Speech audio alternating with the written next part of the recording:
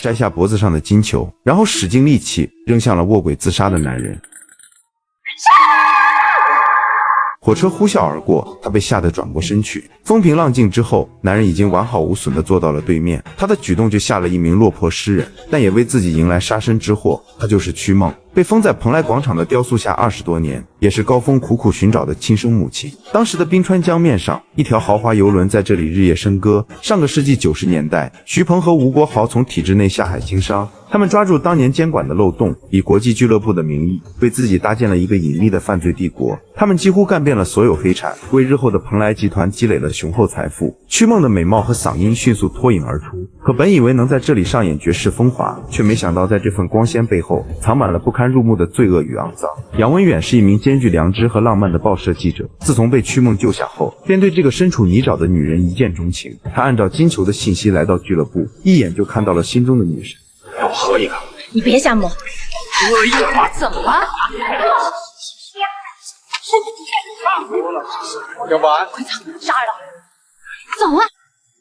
两人的相遇充满了影视剧中的浪漫，在走投无路之际，屈梦私自将杨文远藏进了化妆间。穆克原主，就为还这个，在这儿等着吧，还能睡上一觉。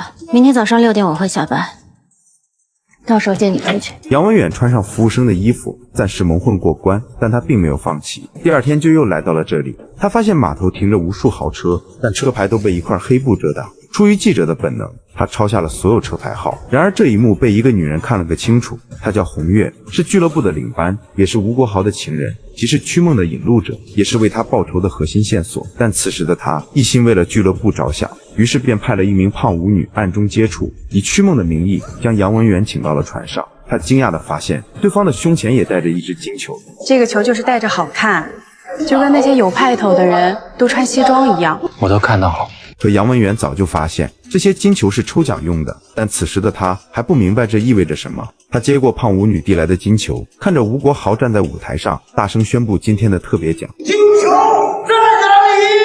在这里。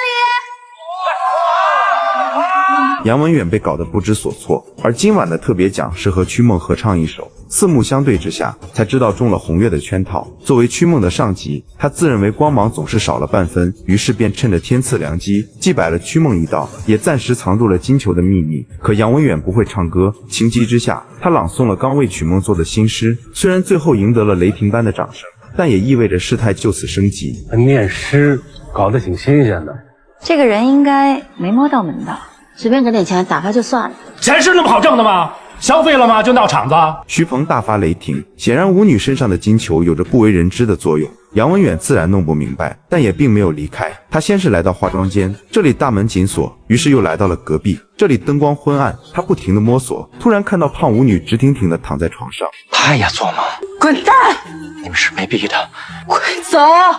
杨文远及时离开了房间，躲在门外细细观察。这时一个男人突然出现，他这才知道这些金球的真正作用。抽奖确实没错，但每个金球背后的奖品竟是他们自己。杨文远毫不犹豫地来到派出所，可正要进门的时候被屈梦拦下。俱乐部已经被查了多少次，但没有一个人敢站出来说真话，其原因就是徐鹏背后的可怕势力。事实也不出所料，吴国豪和红月正在不远处监视二人的一举一动。